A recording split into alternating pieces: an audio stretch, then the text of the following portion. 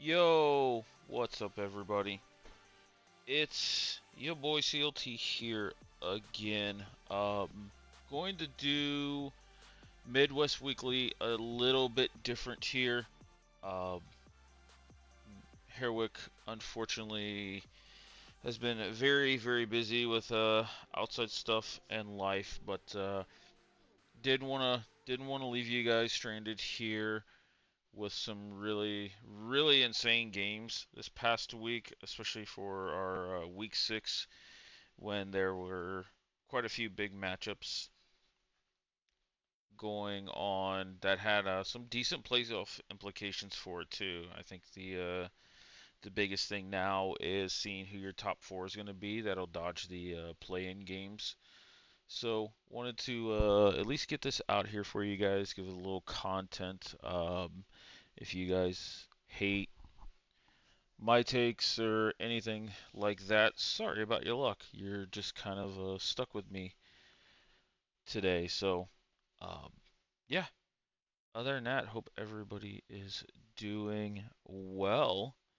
And we're going to slowly get into the action here. The first series I'm going to go over is Scorch versus Small Brains No Mechanics. Now, unfortunately, I was out of town this weekend, so we could not get uh, anything going on the casting side. That we did miss game one, but I do have the results right here. So, uh, Small Brain No Mechanics comes out with a really solid, I think, front to back and balanced team comp. Has a little bit of split pushing presence, but Xin Zhao with Morgana and Oriana is a really nice combo. I see Zenma looked like he had himself a fantastic game, going 13-1 and 12. And Mono though, topping the gold charts for his team. So and managed to stay relevant, get to the 100% crit with Bloodthirster. As this game went 36 minutes, so quite a bit to go on there. But yeah, as far as for the side of Scorch, uh, Bananasaur going with the Corki mid, Boonstra taking a mage bot. We've seen Scorch play with the setup before. Rusty Crow with the Amumu. I think Amumu is uh, underrated when it comes to being able to just start fights and CC divers, but I do think can get a touch overrated if he is like your main focal point in your main engage. This go around, I think he's all right. He can dive in or follow up with Ares's Mbessa here, and then Calico can do her job as far as throwing ults out there and trying to play the enchanter role. The Veigar is a little weird when it comes to this comp, uh, but overall, it just there's nothing that's going to be able to kill the Xin Zhao or even kill the Olaf when they run to the back line here without some insane kiting or without being like super far ahead by the Scorch team. So yeah, that's kind of my take here. Again, Zenma with the 13-1 and 12 seems to be the big focal point here, and I can assume got off some pretty nasty shockwaves with Herwas going in there. But we are going to go over now game two here, which showcases a Scorch win. I th- Both sides of the draft I think are very interesting here. Skarner's not something we've seen in a while here. Here we're pulling that out. I know he's played it quite a bit before, but the thing letting this Mel through, I think, is tough, especially when your answer is Ari. I think Mel typically bullies around Ari quite a bit, and it's up to the Ari to kind of outplay that matchup. Both of them get equal amounts of push. Bananasaur's uh, Mel did pop off with some nice damage here. So let's kind of roll into the game and see what the highlights are. I do got a couple of timestamps. We do see. We go here at around the 11:20 mark. We've seen that this game's already starting to bust wide open here. And we do see Zenma trying to get pretty aggressive with Mel here, but Mel with the E ends up rooting. Nice flash ahead to get the passive procs off, and then Mel gets the shutdown here.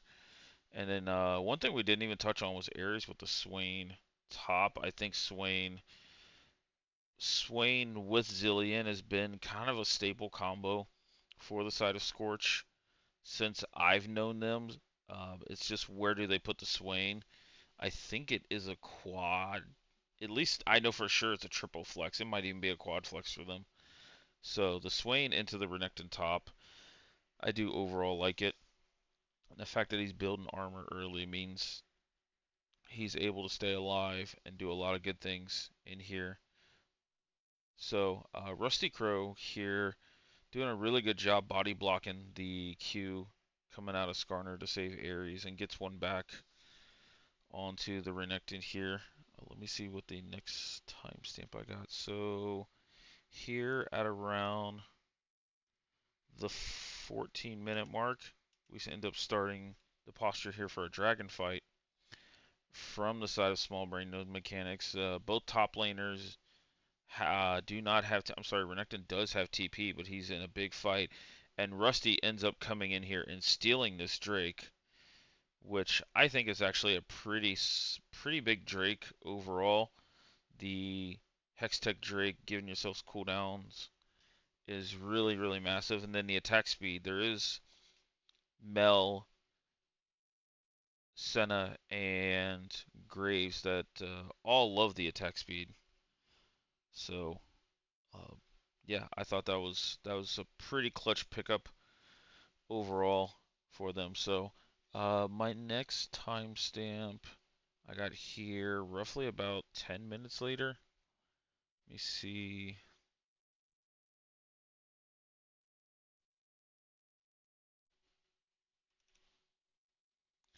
Yeah, we got ourselves a really nice team fight uh, from both sides. You know, Rusty with the invade here. Herwick trying to do his best to counter it. Skarner ult comes up short, but this really showcases what Scorch's comp wants to do. The Swain here being the front line, being enabled by Boonstra and Calico, and just really just takes forever for him to fall. So here's Bananasaur ends up walking into Zenma, picking one out. Herwick does have himself, I believe, yeah, a nice cheeky back, and this dragon overall goes to the side of Scorch here. Which, we kind of skipped how they got the second dragon, but this puts them on soul point. And now with Ludens and Shadow Flame, and you're starting to stick Infernal Drakes, Scorch is in a really nice spot to take this game. So we're gonna fast forward ahead here to I want to say about the 26-minute. Oh, okay, yeah, this was a fight I was highlighting here. So nice pickup here, and Skarner ult coming out to end up taking out Boonstra. Calico ends up ulting herself, but still falls here. Bananasaur getting himself a decent amount of damage here, but Swain finds his way into the back line, does take down Fidstick and Zema as well here. So again, this Swain is just putting in just so much work out of the top lane. I'm kind of starting to think that this is going to be his second best role outside of bot lane. And Scorch is the team that can continue to utilize this kind of pick and flex it around. Like I said, for those that have been um, legacy people here in the server, you know, Boonstro's definitely had reps on this. Bananasaur, I'm pretty confident is able to pilot it, and then Aries has been playing a lot of these ranged mage top laners. We've seen the Rise, we've seen now the Swain. I believe we've seen a Vladimir last week as well. So we're going to let this play out just a little bit. Zenma trying the backdoor TP here, but has to ult away since Swain was in the area. And then it's just, again, a nice overall combo here from the rest of the Scorch squad to take down Ahri. She had the broken hourglass, so wasn't able to do anything with it. So this will end up leading to Scorch's first Baron. Actually, I think it was their only Baron. Swain's trying to do his best to create space and does. Calico again using this ult on Swain. Nice W here to pick out Fidstick. And yeah, so Scorch will end up, I think, if I remember correctly, no, Zenma does not get anything back. We're going to go here to the posture for space in this dragon pit, as dragon I believe is coming up, yeah, in the next 20 seconds. And Rusty Crow just played this fight so beautiful here, getting himself a double kill onto the bot lane and basically securing this soul dragon here. So Calico will end up falling to Vic, but yeah, there's just so not much Renekton can do when you've got Senna and Swain just kiting you all over the map here. But yeah, so Soul Dragon comes here for Scorch. And I believe, yeah, so the ending sequence is here in this bot lane, if I remember correctly, yeah. Sorry, it is a little late over here on the East Coast, but I wanted to get this out for you guys, so we're going to keep going ahead. Yeah, here's the kind of the ending push coming out of Scorch, as Hairwick is going to try and do his best and ends up getting a really nice ult off on the Mel, but Swain here in this backline, look how much space he's creating. Mono gets taken out by Rusty's ult, and with the speed ups for Swain to get back in there, and on top of Calico's Zillion ult, this is the perfect comp for Scorch to play, and they play these type of comps to perfection. And yeah, so Scorch does end up taking this game too here in a really nice, entertaining game. So we're gonna go over here now. Let me see. So that was game two. Game number three. I was a little, I won't say baffled, but this was not the wrinkle I thought Small Brains was going to bring here with a fairly nice comp. Uh, you got Zenma on the Yasuo, Mono on the Kaisa, two champions that can go and uh, create combos off of the Malphite jungle, and even Sion has some knockups as well. Actually, Fid has knockups as well. So there's a lot that can be created to enable the Yasuo, enable this Kaisa here. Uh, Scorch's comp has some range, has some utility, just has a little bit of everything here. Again, they play a lot of these well-rounded comps. A little bit of jack of all trades with master of nothing here. If anything, the Gwen stands out and can create hell for the Scion, for the Malphite. And I think Gwen even can duel or outduel Yasuo.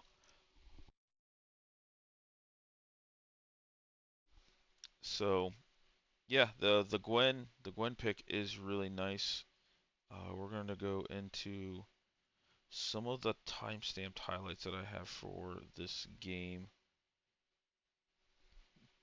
And shout out to Lecce and Seth for casting this series. I know they were wanting to continue casting, and I think they've done a fantastic job at this. And they've been a big help, especially this past weekend. So let me pull up the notes.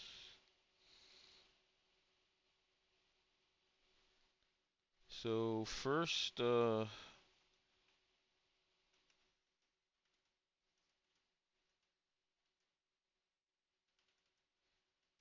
see. First blood is around after this first clear, yeah.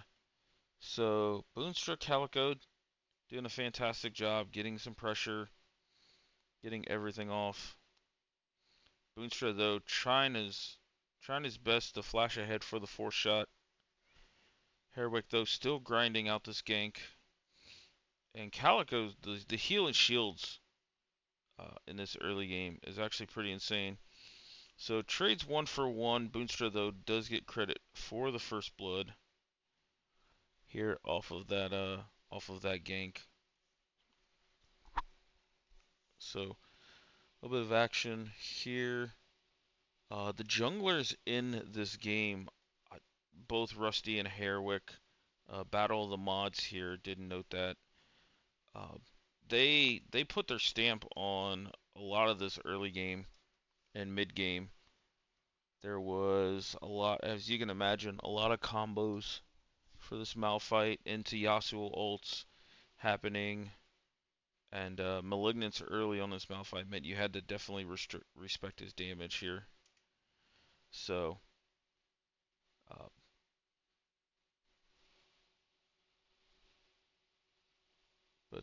yeah, so this early game wasn't the most exciting here. We do see Ocean Soul getting taken by Small Brains, which I think I'm sorry, not the Soul, the first Ocean Drake is just really nice here. Bananasaur with a nice flash. I don't, yeah, he does not, I'm sorry, let me skip ahead. He does not get out. Zenma hits him with the Q3 here, but likewise, we do see some trading behind the turret here as Mono gets taken out with the Rusty gank. He's in between his tier 1 and 2, so that definitely feels bad. Gwen with a nice solo kill up top.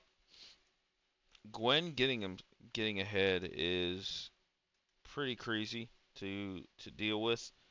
Getting the grubs off of Gwen, I think, is a nice little consolation prize as well.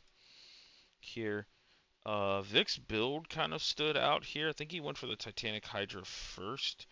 Not sure if that's a little bit of a tech to try and be able to combat and fight the Gwen early before she starts ramping up here. But yeah, it was an interesting adaptation I had not seen. So we do see there's a little bit of posturing from Rusty down here in the bot lane.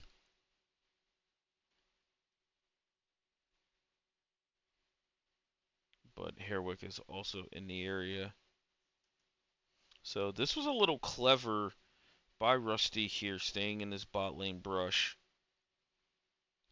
As we see Ares all-inning Vic up top.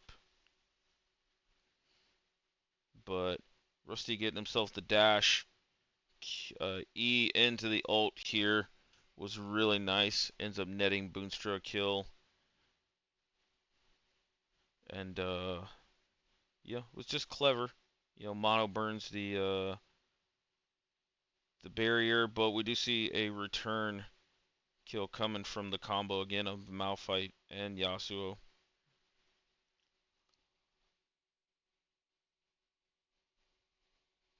So again, as I noted, these junglers were very active in the early to mid games.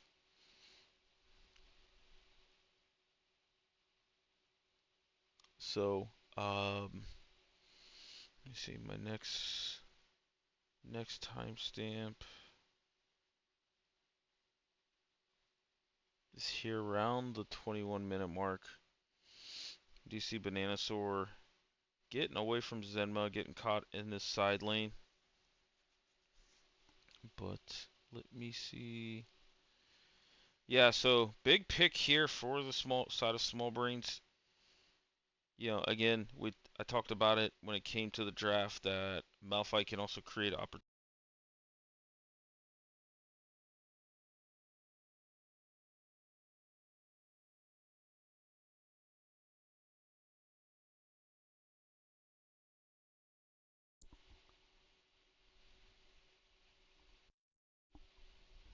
So, sorry about that. My headset decided to just turn itself off. So, but yeah, going back to this, we do see Rusty try to fight back here and get himself a pick on the mono, but too much CC here. So, oh, sorry, we were catching a replay of this fight and how it got started. So, the ult coming out from Herwick on the Boonstra, Calico trying to just ult for health, and Mono just going ahead, getting himself a nice little combo there. And so, that ends up being net 3 for Small Brains off that mid lane play. You see, they have 2 dragons. They're having them, about 1,000 gold up, which you would think they would be up a little bit more, but on the CSing side, Boonstra being quite a bit ahead, about 40 CS ahead, does help in the matter. So, we do see nice Scion ult coming out of Vic here to just basically, with Mono's help, one shot. And then again, we keep talking about Malphite Yasuo combo. While Yasuo is a insanely difficult champion to play by himself, I think when you set up a comp for Yasuo, it works out well. But we do see Mono getting himself a little anxious here and ends up getting to the back line, and that allows Rusty actually to outduel Herwick here while both of them are trying to fight over this dragon, and Rusty ends up taking that dragon here, so that evens up the dragons here for the side of Scorch.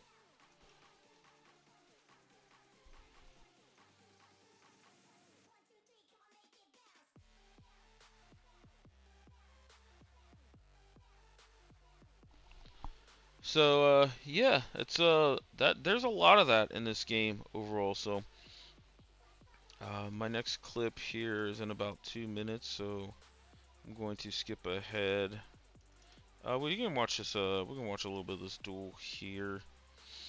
As we kind of, I was curious how this duel looked like in the side lane. So healing just from Gwen is pretty insane.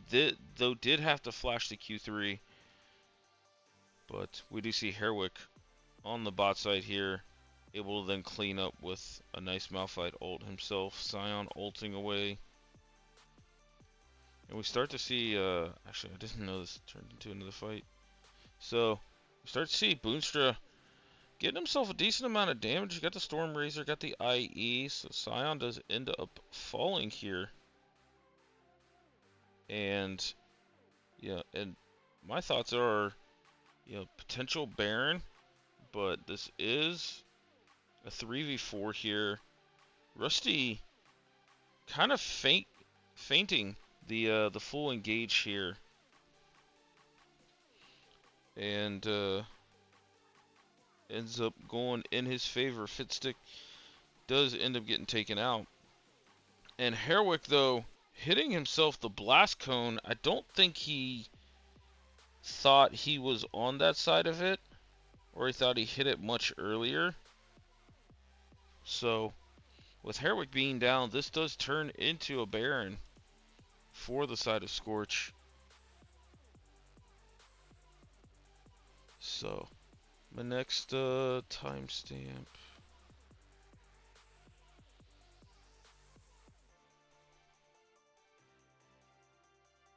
See the dragon getting picked up by Rusty and Ares as they're all free to get out of this pit. Still got a few minutes here.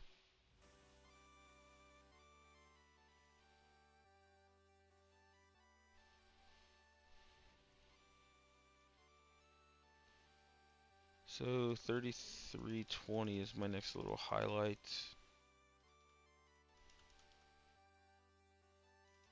Oh, okay. So, see Rusty kind of skirmishing here with Vic. Alt comes out, and Calico will get taken out. Boonstra burning the ghost to get away from Scion here. But one thing I wanted to note is the Gwen split pushing here. So Banana, Rusty, and Boonstra are the three left here. They turn on to Banana and get the pick, which is really nice. But now it becomes a race, kind of a pseudo base race. Do you want to do the Baron? Do you want to back here? And while they do end up taking the rest of Scorch here, Scion finishing up the back, Gwen does end up taking a Nexus turret. Actually, I'm sorry, Vic had the TP back. So, a big split coming out of Ares in the Gwen for the Baron here.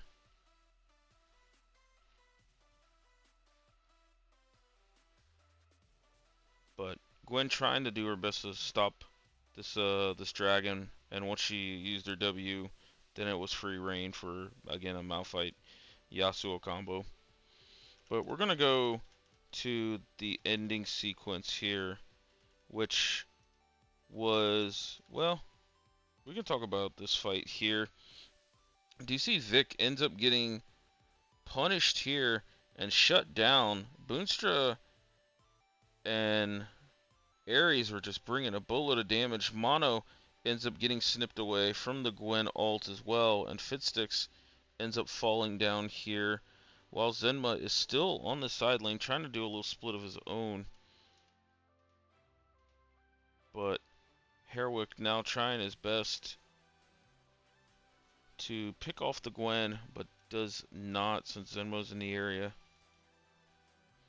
But we're going to go here, another sequence here. So Bananasaur ends up getting caught out here in this upper jungle area. Burns the Zhonya's here. Alt with the Yasuo combo coming out, picking up 2. But again, we see Ares here in this bot lane, splitting, has himself a super minion. Actually has himself 3 super minions here, so now it ends up kind of becoming a pseudo base race here. You got Rusty and Boonstra defending the base. They end up taking the inhib, but now it's a question of what do you do if you're small brains here. I think they end up trying to back too late here and end up making a decision. And Vic, though, can't do anything on this Gwen, as the super minions are just tanking the turret.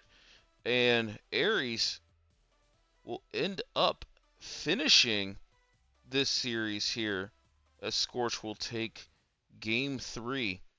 So a lot of indecisiveness here. The one thing that I kind of wanted to note is, at this point, do you just cut the wave if you're Vic? I mean, all of these minions are aggroed onto you, so I think if you pull them away from turret, and Gwen is able to just soak up turret shots here, you might have a chance. But other than that, Ares split pushing for the win here, as Scorch will take game 3. in this Battle of the Mod series, which now puts Scorch in a pretty comfortable record. I think they are locked in. I'm pretty sure they're locked in, or they just need one more win to get locked into top four. Where now Small Brains uh, is now fighting for this top four spot.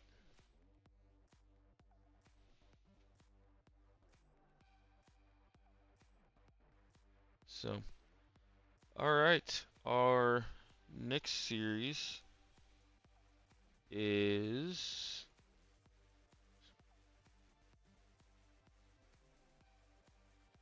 our Hidden Leaf for Stun Gaming Incarnate.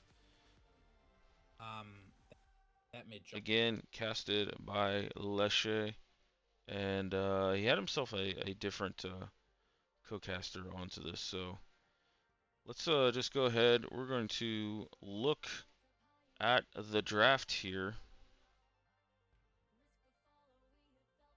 And let me pull up my notes because I watched a touch of this live, but again I was out of town, so I was unable to catch a lot of the action. So I think looking at the draft itself, I think Hidden Leaf has themselves a really nice combo and options on Orianna, Nocturne, Volibear, and has a really nice late game scaling option with the Sivir. Has decent frontline, decent protection, decent enable, and overall not too bad of a comp. Incarnate has a pretty nice skirmishing comp here. You got the Lucian Nami lane, which is pretty strong early and at all points of the game. Is not terrible. I think Ahri Xin Zhao is an interesting combo. Typically, Ahri likes point and click CC, the Vi, the Pantheon, stuff like that. But Xin Zhao's three-hit knockup can also kind of serve that purpose. Xin Zhao also with Nami is really nice. And then a Sion up top is a decent front line here. You're just, in my opinion, you're not really wanting the posture for front to back, so the Sion is a little interesting. Let's skip to some parts of the game. We've seen a nice little. We go back to it. The first blood here, which was by Arthidios onto Lysander. They had himself a pretty big duel in the mid lane throughout this whole series. But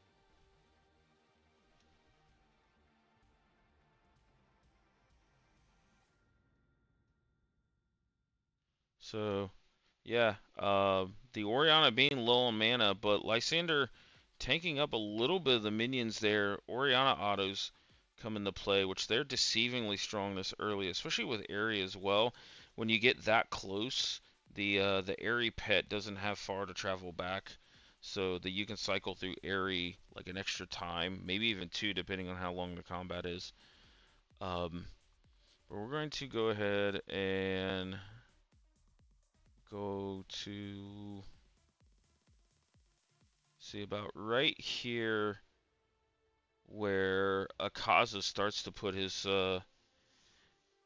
presence on the map.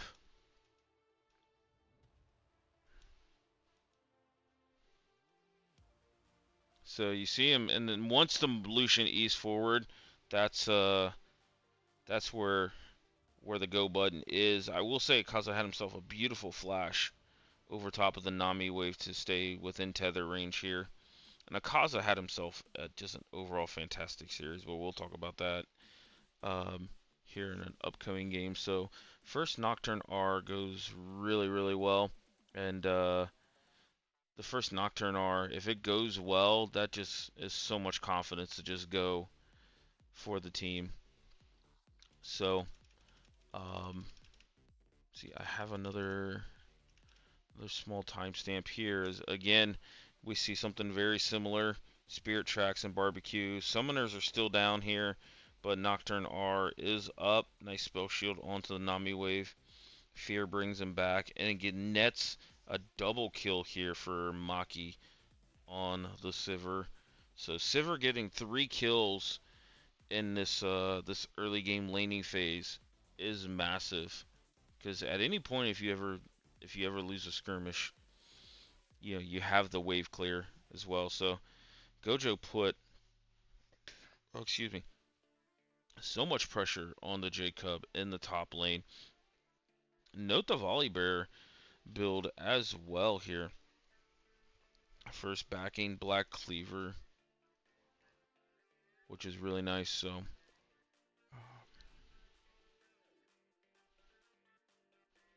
So we see Toji ends up getting caught out here at kind of this extended sequence. But I'm going to go ahead about another 5 minutes where we have ourselves another really nice fight coming out of Hidden Leaf. And let me see, yep. So Gojo with a nice little TP, thinking he's trying to just save his bot lane, but that's not happening. And then Hidden Leaf just uses this opportunity to just turn. And so you get Akaza coming in, ends up flashing out, but now it ends up being a front to back here between all of the boomerangs out of Maki, and then you still have Akaza creating pressure in the back line as well. So as you can see, this puts this game pretty well into Hidden Leaf's hands. 9-1 on the kills, up a little under 5k gold, posturing for their Baron. Lysander, I think, yeah, ends up getting one in return here. So gets the shutdown off of Arthidios. But Baron does go to the side of Hidden Leaf. And let's see, we got another skirmish here.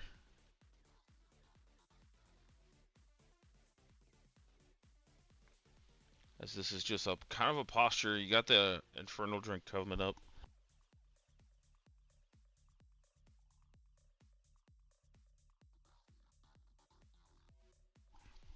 Sorry about that. So Hidden Leaf already starting up this Infernal Drake.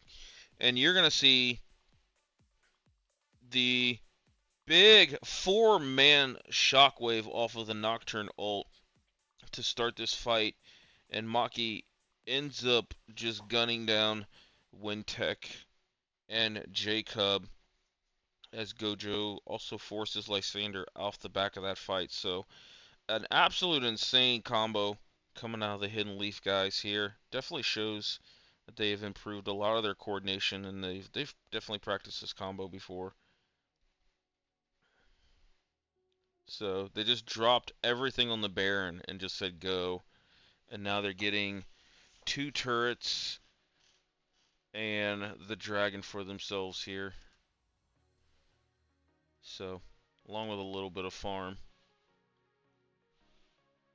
But, let me see.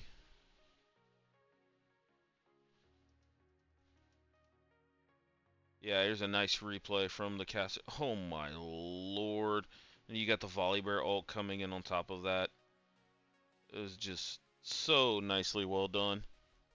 I like the slow motion coming out of Leshe on this cast. And just completely one-shots Barbecue. So, back into the action. See a nice shockwave into the Nocturne ult come out. Ends up taking one out on Lysander. But Akaza does get punished for going too deep there. So, let me get to the ending sequence of this game. Oh, okay. I do remember this. So, big again, shockwave. Nocturne ult combo onto Spirit Tracks and Barbecue. Barbecue does end up getting away, but the rest of the fight goes in favor of Hidden Leaf. One thing that I think Leshe and Mardor pointed out here, which was insane, was, if you look at how this got started, like you can kind of see it there. Spectator really didn't go to it quick enough, but you had Blue Trinket out on Akaza, and the moment he got sight of Lucian, he Blue Trinketed and then Nocturne ulted, so the Blue Trinket would give him vision of it, which I thought was really, really smart. But yeah, Jacob can't stop this push. And this game one goes to Hidden Leaf here. Lesha, again, doing himself a fantastic job. I think you get a better view at how he pulls this off here. So, just sitting in the Raptor. But yeah, alts, blue trinkets, and then go button.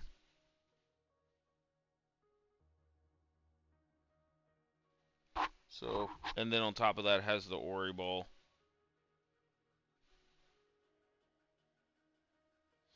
And look at this timing by Arthidios. Like, has to ult so it goes through before the ball gets out of reach. So, well done by the Hidden Leaf guys here. And so, we're going to talk about the game 2 draft. And we have a new champion played first time in Midwest this split.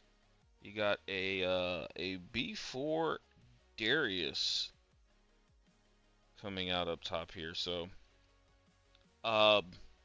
looking at the drafts overall, I think Incarnate's draft is very obviously very melee heavy, but very skirmish brawler heavy.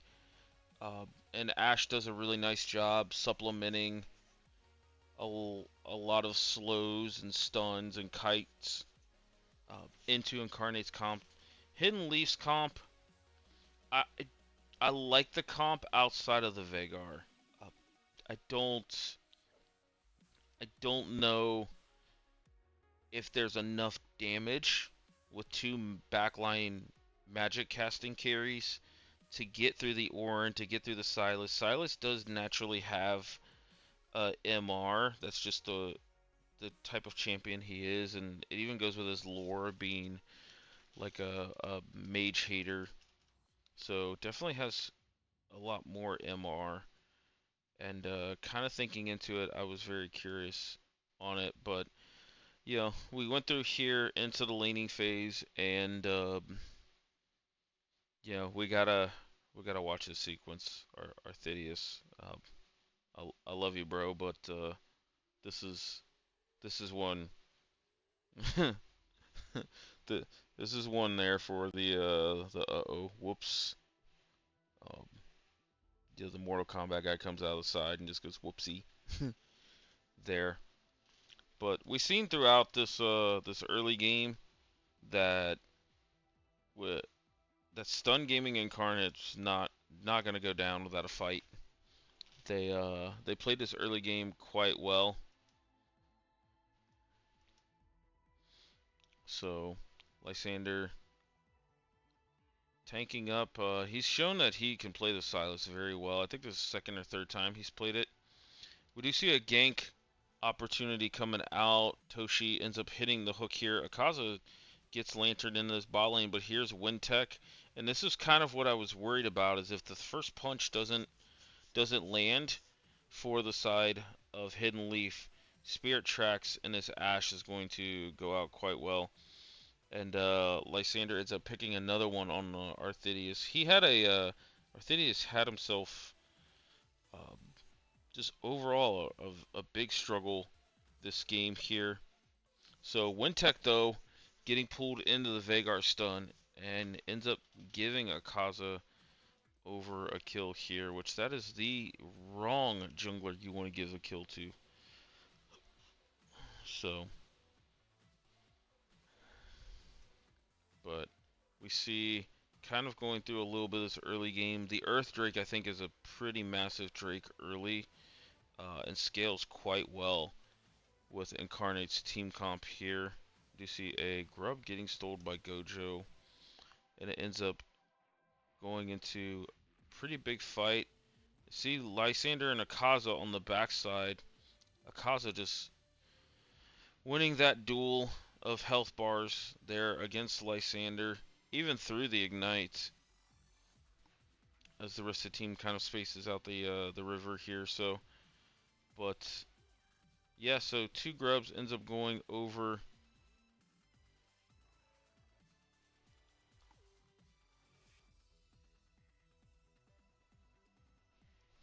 And yeah, Hidden Leaf trying to fight back in this early game, down only 200 gold. So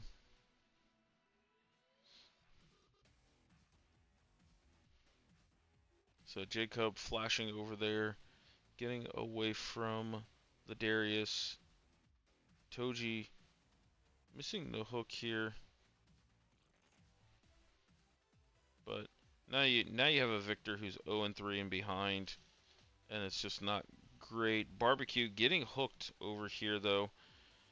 Um, nice cage overall, but Spirit Tracks will end up taking down, and Wintech is also here. So Net's a double kill. This is a 4-1 Ashe now.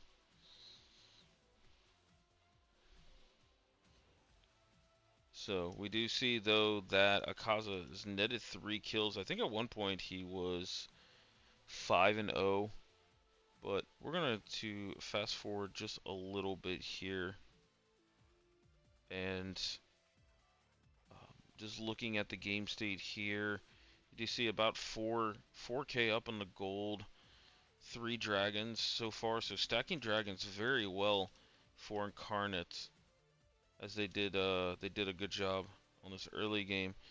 Here's ourselves a nice river fight. Wintech getting boxed out, but now we have a turn here.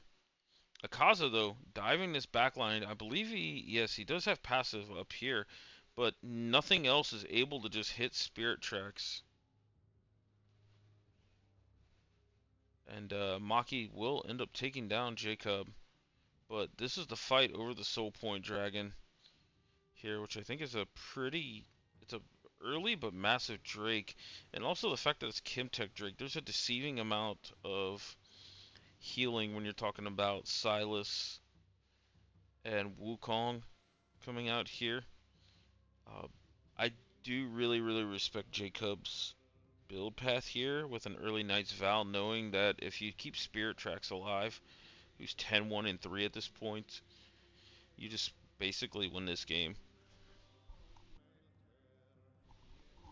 So I think that was a really nice adaptation there for the build. I don't think at any point we kept track of the stacks for Maki on this Veigar, but did go Proto Belt first, so wanted to give himself a little bit of mobility. But we're going to end up, skipping a little bit ahead here. They end up sending 3 at Jacob, and sorry about your luck, Orin, but this is just how the game goes. Akaza with a nice little pull to stop the Orin ult.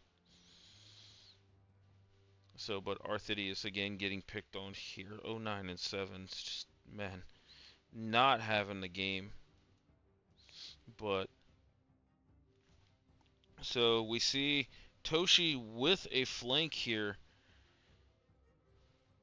And they end up turning it on it. But Akaza, though, 10-3-5 on this Zaheen, ends up diving this backline and netting one onto Spirit Tracks, and they end up taking this Baron off of that pick. So Objective Bounty ends up working well for them. They get the Baron. Now they have ways of anti-pushing. Oh, Goji with the E, just a little late there to catch. Lysander, though, did have Proto Belt and Zanya, so I think that would have been a tough one. But see, now at this point, 26 minutes, Orin items are going to come out. Up 3,500 gold, which in the grand scheme of things is not much, but nice Ashe Arrow coming onto Maki here. and wasn't able to get to the lantern in time.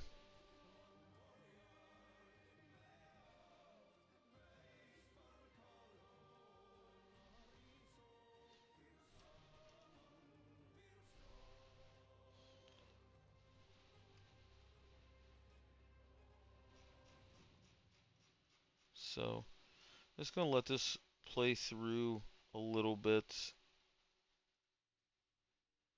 but just gonna skim through it. What do I have? Oh, okay. Here's the big catch onto Akuza, which he falls. I don't believe he had passive at the time, but needless to say, no one can get on the Spirit Tracks, and then the rest of the back line, I'm sorry, front line just goes crazy without Akaza there to create the space.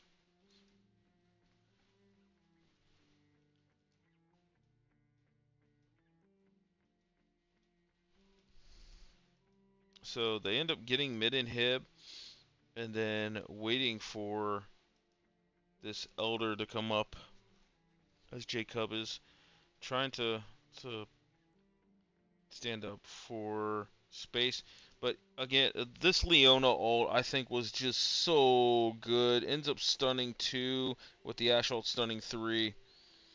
And now Spirit Tracks is just free firing. Akaza, I don't believe had his passive up or didn't fully charge the passive bar, but triple kill coming out of Spirit Tracks ends up basically closing. No, actually, it doesn't close this game. It does secure the Elder Drake, which quickly then closes up this game here. So, yep, here is our game-ending sequence coming out. Lysander ends up getting caught out, but overall can't make anything of it. Akaza's just trying to run away.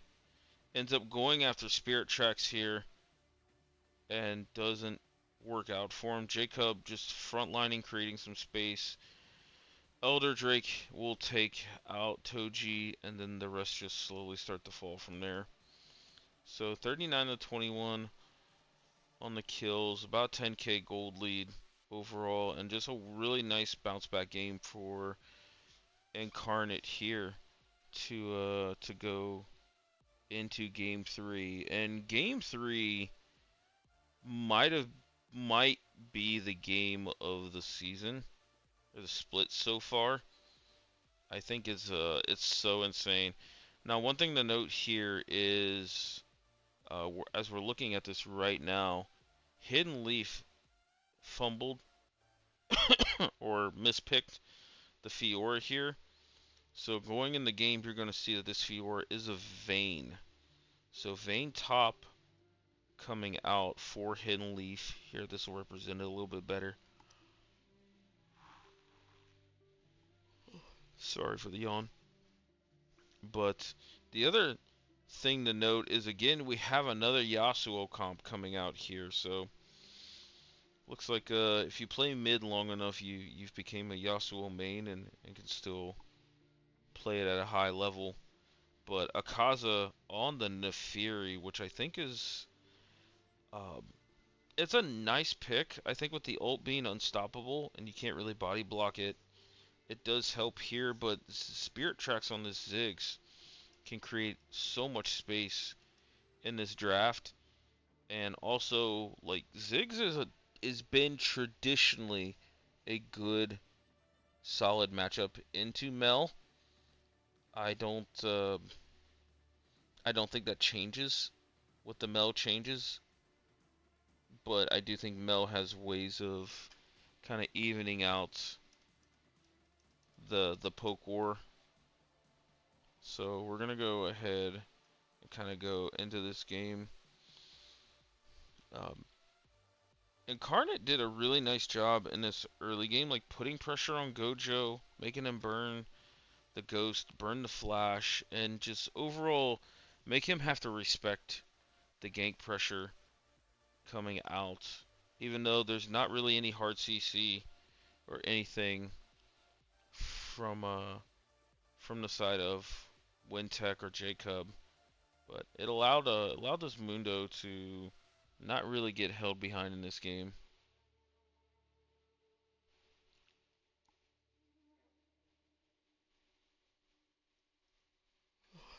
Sorry. But we do see some posturing, some overall laning and CSing coming out here. Want to go to the first blood. So you see Ghost getting popped out here. Akaza putting himself a little bit of pressure here on the Lysander, but overall it doesn't net anything. The fight here in the bot lane, again trading of health bars here, nothing too major. And we see the Mundo within about 5 CS here. So the Vayne not not not applying the pressure in the laning phase. Sorry, my brain just completely blanked there. But we start to see Akaza trailing down into the bot lane here, level 5. Toji's I'm sorry, didn't mean to hit that. Toji's hook goes wide to the right. But nice stun coming out here as Maki trying to do his best to trade damage here. Spirit Tracks ends up getting the first blood here, but Akaza gets one back. And Maki flashes forward and lands the E to take out Barbecue. So a little 2-for-1 action here. Spirit Tracks though getting the first blood is really nice. Gets himself to the Lost Chapter. Be at the same time that Mel does.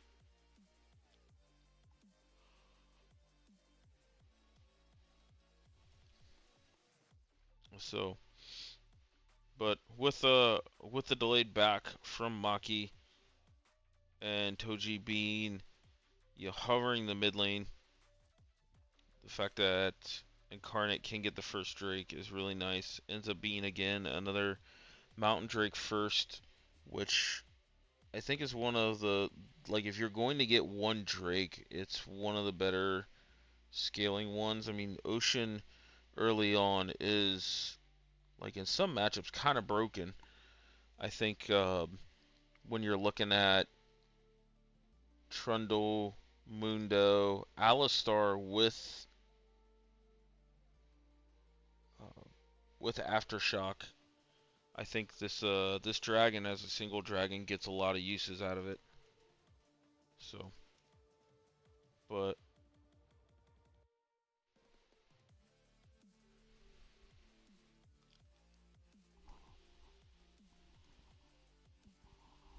we see Grubs going over to the side of Incarnate, and this again, this laning phase was just not as exciting as the first ones,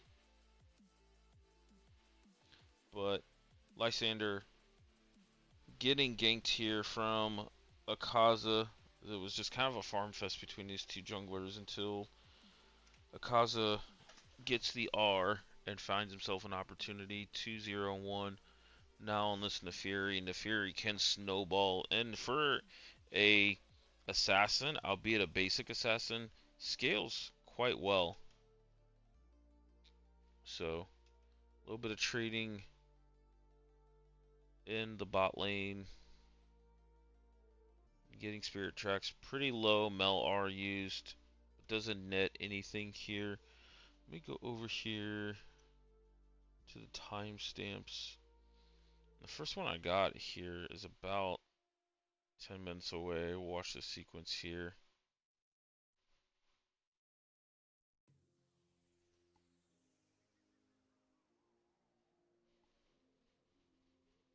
So net nothing.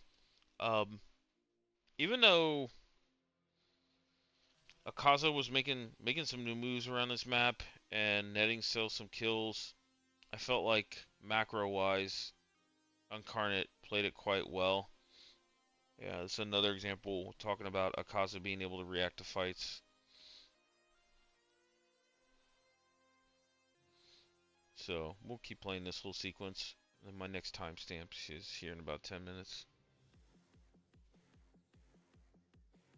So Wintech ends up being able to fend off the advance onto Barbecue here.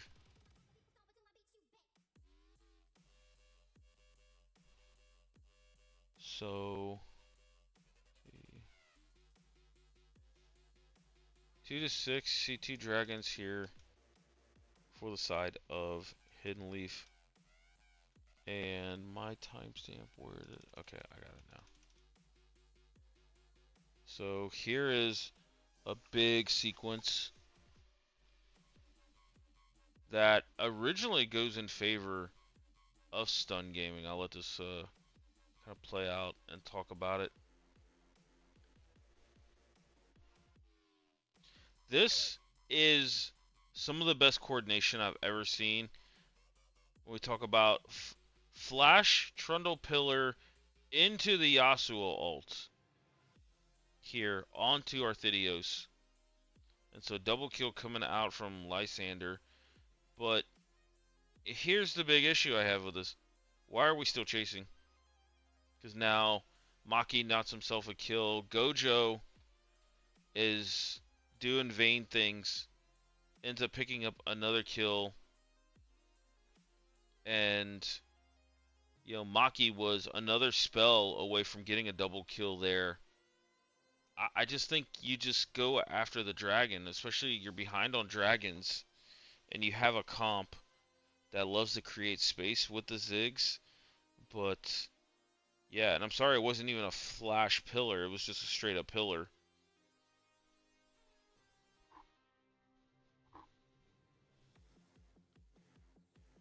So, big ups to Incarnate. And they pulled this combo off like quite a bit throughout this whole game. But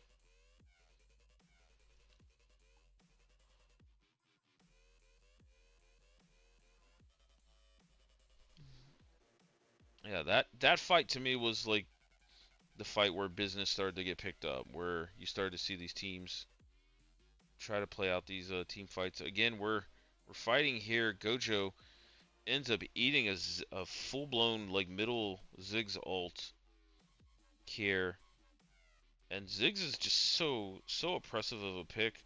Akaza though, getting into the back line with some help from Maki, ends up taking out Spirit Tracks.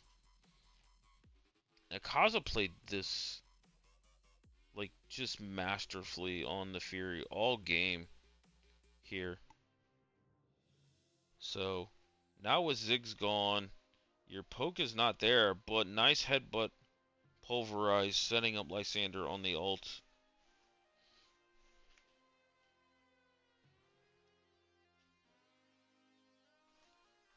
And finally, after this whole sequence, we see Incarnate pick up their second dragon.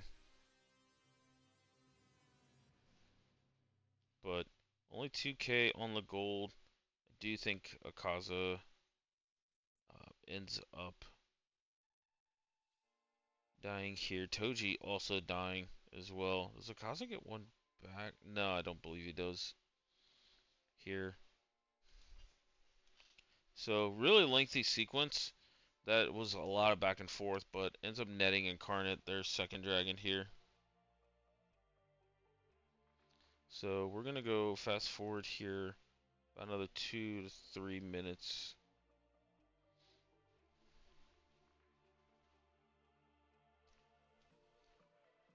In this Baron sequence, which this was again another lengthy sequence here.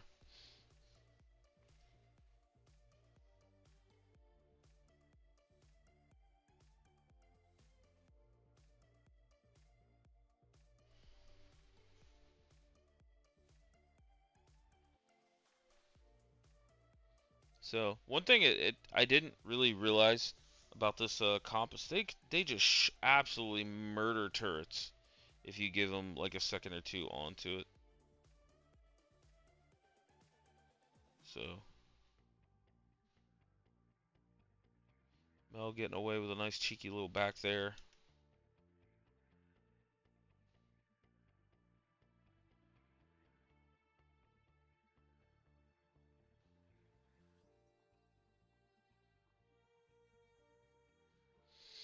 So Akaza with a nice flash away ends up with the help of Arthidios, gets Spirit Tracks, gets headbutted out, and now I think this starts to become the Gojo show as Vayne with her 2 items is now kind of online. Like obviously scales very well, but these 2 items are so good. Lysander with a nice wind wall here, trying to approach the river.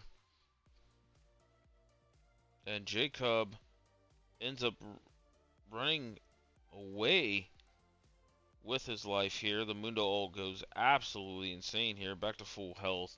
Note, only Maki has grievous wounds on the Mel here, but this is the thing that worries me is Ziggs with TP coming in. You have a lot of resistances getting shredded, and this is a tough fight to play out, especially once Ziggs shows up. But Gojo playing this fight again masterfully. Gojo and Akaza had themselves like such an insane game here. So Akaza's ult is back up at this fight. Spirit Tracks though with an insane C4, and now Arthidios TPing in here. And TP's in and loses like 3/4 of his health just from the Ziggs minefield. But no one ends up taking the Baron here. We're 3 dragons to 2. Virtually an even game, less than 1,000 gold. But this was a hell of a game to keep watching. So where is... We're gonna just keep skimming ahead here to catch the rest of this.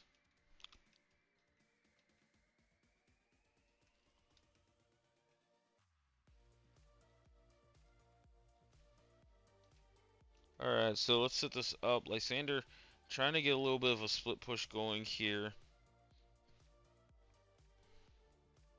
Oh my lord, this XQ. Gojo, though, chipping away at Jacob. TP coming out for Lysander. But Akaza in the back line along with Gojo. Just, again, these guys are just team fighting so well here. But it ends up not completely winning them the fight, as now the tanks are ready to go. But Arthidios does end up burning down Jacob, and Maki on the other side nets himself a kill onto Barbecue, but will fall to win take. So again, just a bunch of insane team fights over objectives here. So with that being said, though, and Wintech being the one left alive, that is the Ocean Soul.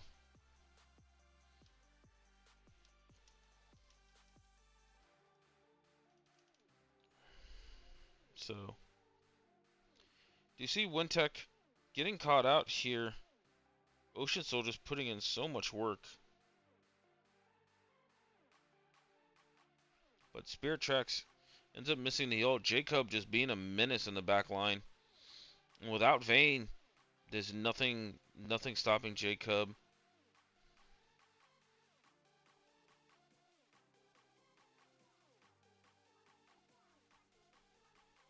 Nice ult overall from Lysander. Akaza just trying to play this out as much as he can. Barbecue though eating some Mel damage on the backside here in the mid lane, and Mel R does its job. So yeah, Vayne going with the experimental hexplate and the terminus items 3 and 4 here, and that looks to be the start of a Jack show. So this is going to be like a very frontline tanky Vayne overall. Yeah, this was my next note here. So we're gonna watch the Baron sequence come up here.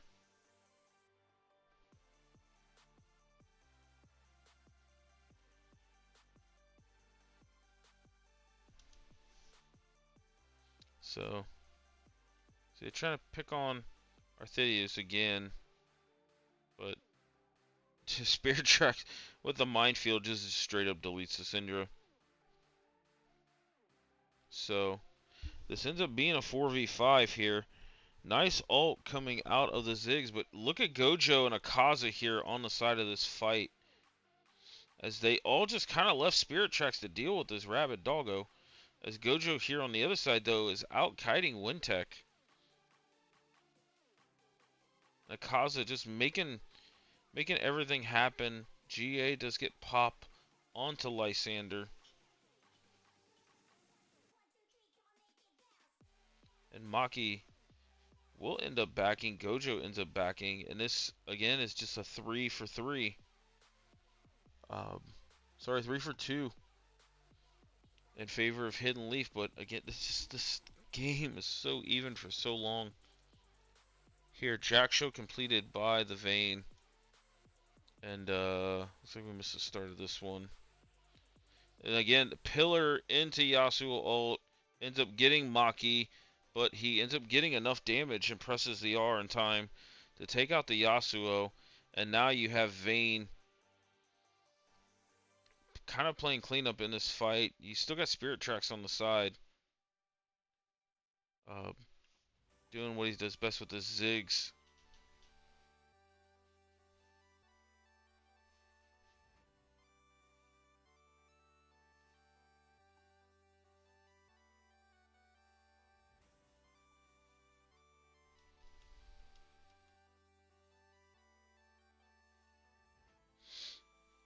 So, here comes the turning point. Let's look at how Akaza plays this out. He just keeps being super disruptive here during this Elder Drake. And then with Spirit Tracks' ult, poof, gets the Elder Drake steal in our last regular season split MVP. Does it again. So Akaza just going nuts in this game. So Spirit Track ends up getting ran down and taken out by Maki. But you think this game ends there? Nope. It does not.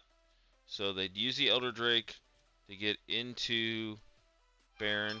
Sorry. I do love Leshe going through the replay of this. So yeah, Yasuo getting taken out by the Mel. But Spirit Tracks' ult does so much damage, 1100, and then the smite comes down from Akaza here. So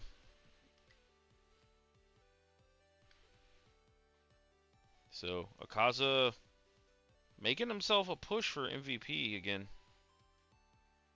But these seem to be kind of catching up with this. Get the Elder Drake.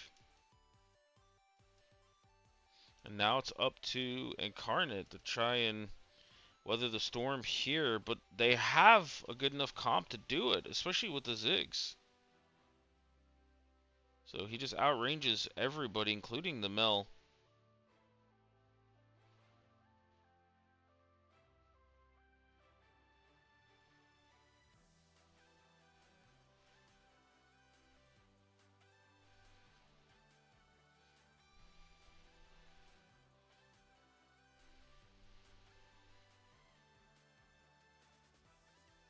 So, Elder Dragon push.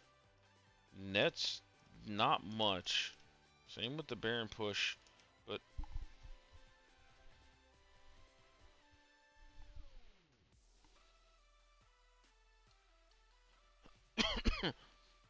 nice wind wall out of Lysander here. Gojo TPing in, going forward. Doesn't net himself much here. And we just see Hidden Leaf just trying to keep these waves pushed in. Lysander collecting waves on the backside here.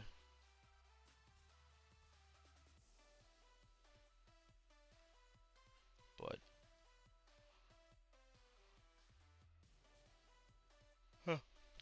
here's a massive sequence up in the top lane. So Lysander gets himself a nice ult. Gojo, I believe, flashed out before the Ziggs ult came down. And Arthidius on the backside of this trying to pressure, but everybody turns on to Lysander as everybody turns on to Arthidius here. But the Zhonya's ends up netting Arthidius enough time for his team to kind of clean up. Spirit Tracks again, just trying to play this game of spacing and creating damage, but Barbecue will end up going down here. And now we see Hidden Leaf going straight after this Elder Drake. And with Lysander and Barbecue being down, there's not much they can do here. So Elder Drake number 2 goes over Jacob. You gotta hit that last auto. Get that down. But Elder ends up turning into this Baron, and we're right back at this dance again. But we'll start to see how this game wraps up here, because I've already taken, yeah, we're over an hour. Lysander ends up getting caught here, but Elder Drake plus the Wolf Pack nets that kill there. So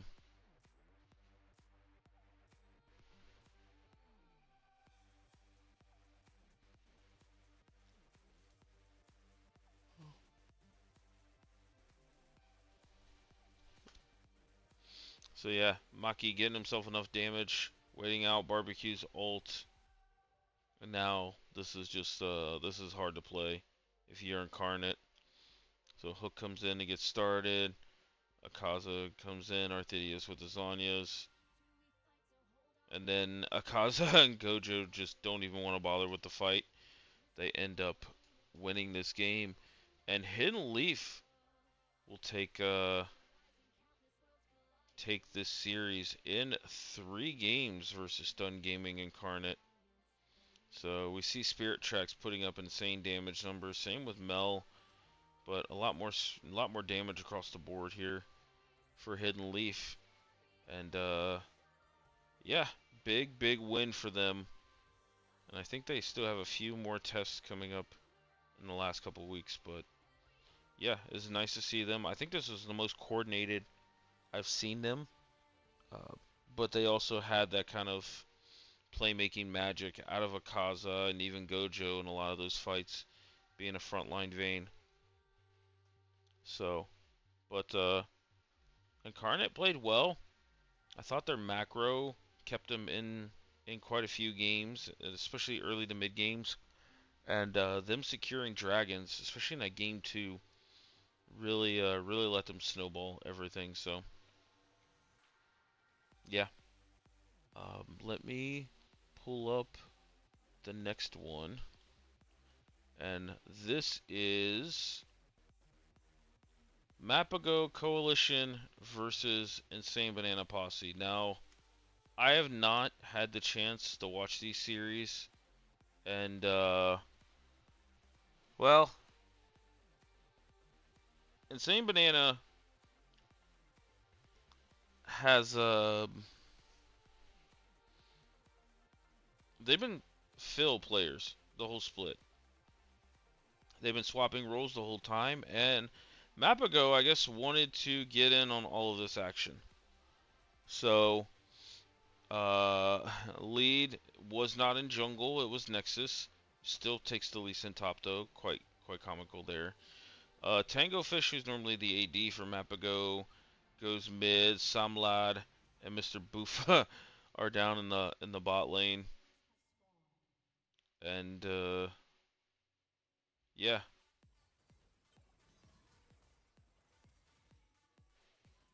Well, I guess we can see how this one goes. But First Blood goes over to Samlad. And again, I haven't watched really any of the series, but these drafts are freaking wild.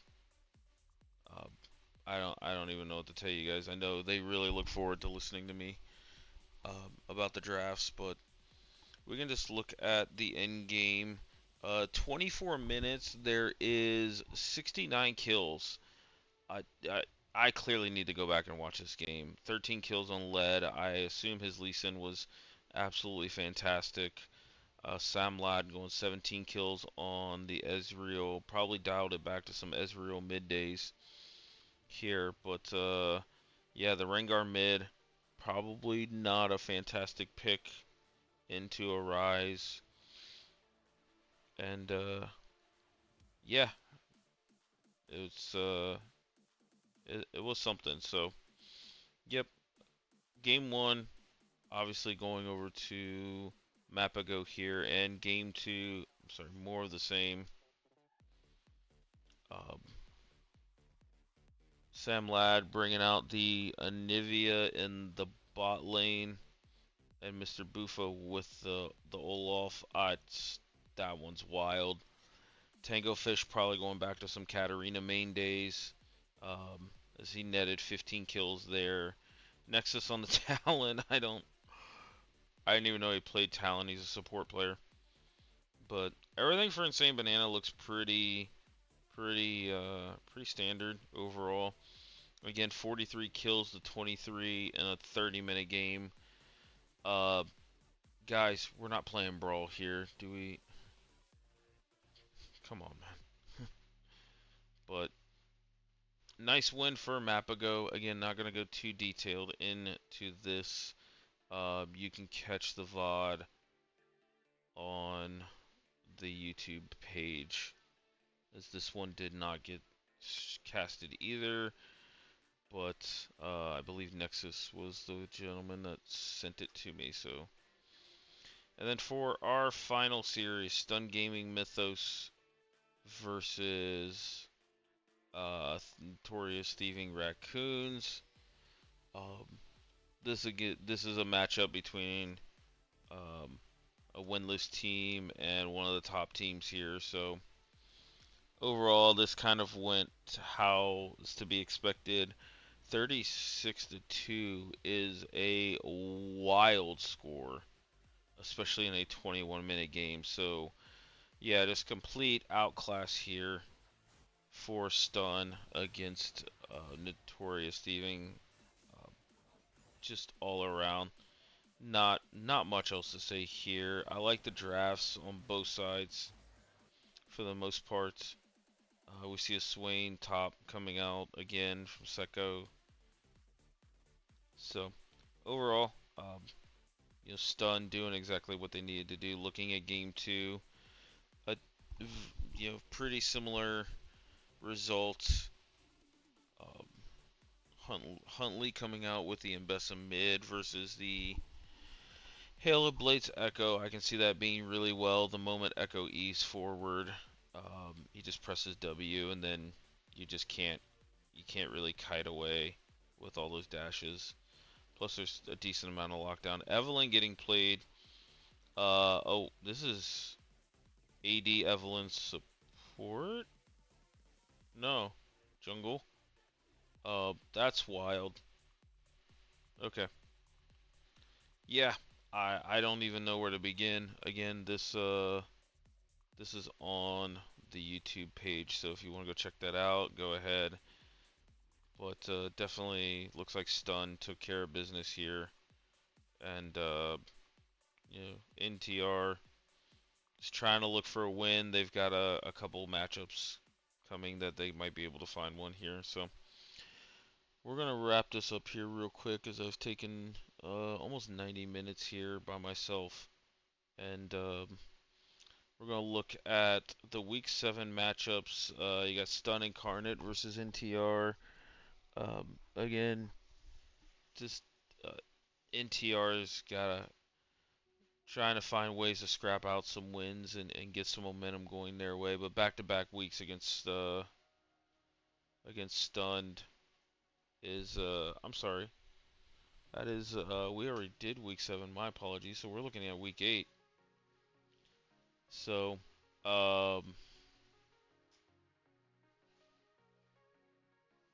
did we? No, I'm sorry. Here it is. My apologies. It is 4 a.m. It was probably not a good idea to do this, but we did it anyway for the people. So Stun Incarnate versus NTR. NTR's just got to build some momentum, but Stun trying to come off the loss is going to be hard for them. Hidden Leaf versus Scorch, I think, is going to be one of our matchups of the week. Hidden Leaf trying to keep the momentum going, getting themselves a big win over Small Brains and then a big win over Stun Incarnate. Now they have Scorch, where Scorch is just surging with 1, 2, 3, 4 wins in a row here. Let's see if they can keep that up. I know these two teams know each other quite well here. Another decent series coming up, Insane Banana. They have locked in their lineup for the rest of the year, so maybe they'll hit some flex and can show a lot of promise going into playoffs here. Small Brain No Mechanics versus Femboys. A lot of history between these two teams. Zenma versus Rurika has always been a hype matchup that I enjoy seeing, especially as a mid laner myself. Got nothing but mad respect for both of those guys. VIP, if you guys haven't already heard, they have decided to resign from the tournament. So that will be a forfeit for VIP going the rest of the way. So Mapago, enjoy your week off, and hey Nexus, you mind casting a game or two? Much love.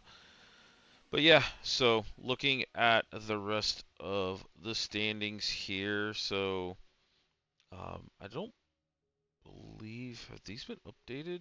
4 and 1, 5. No, these have not been updated recently. So Hidden Leaf picks up the win versus Stun Incarnate. So Scorch and Hidden Leaf potentially a game for first place.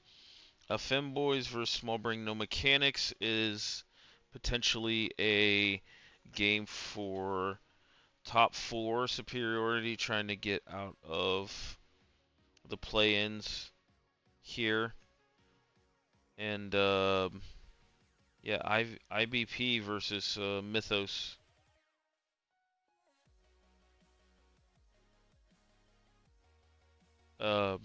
Is going to either help Mythos continue to fight for the top 4, or IBP can maybe chance out a side selection for the play-ins here, as the bottom 4 will be playing each other to get into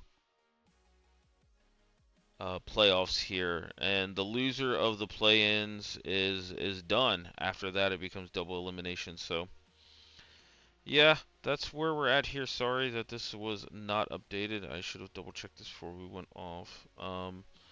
But we do have player stats and everything else here for those people that have stayed and listened to me ramble for quite a while.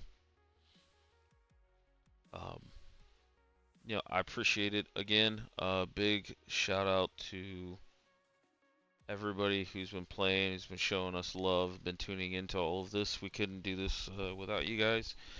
And hopefully the duo of Hairwick and CLT with maybe a guest comes back next week.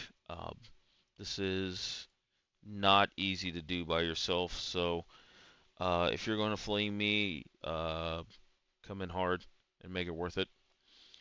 But I do appreciate everybody tuning in, listening to this. We'll get this uploaded and posted on Friday. And yeah, it's 4:30 a.m. It is time to go to bed. It was the last second decision to do it today because I am busy tomorrow. But we do have games tomorrow. Let's talk about that real quick.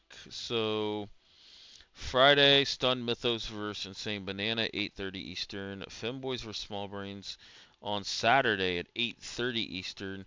Hidden Leaf vs Scorch Sunday at 8. So we have games on all 3 nights coming up. Waiting to hear from NTR Incarnate, but the other 3 games have been posted. So Like I said, much love for joining me here, and yeah, appreciate it. Have a good one, guys.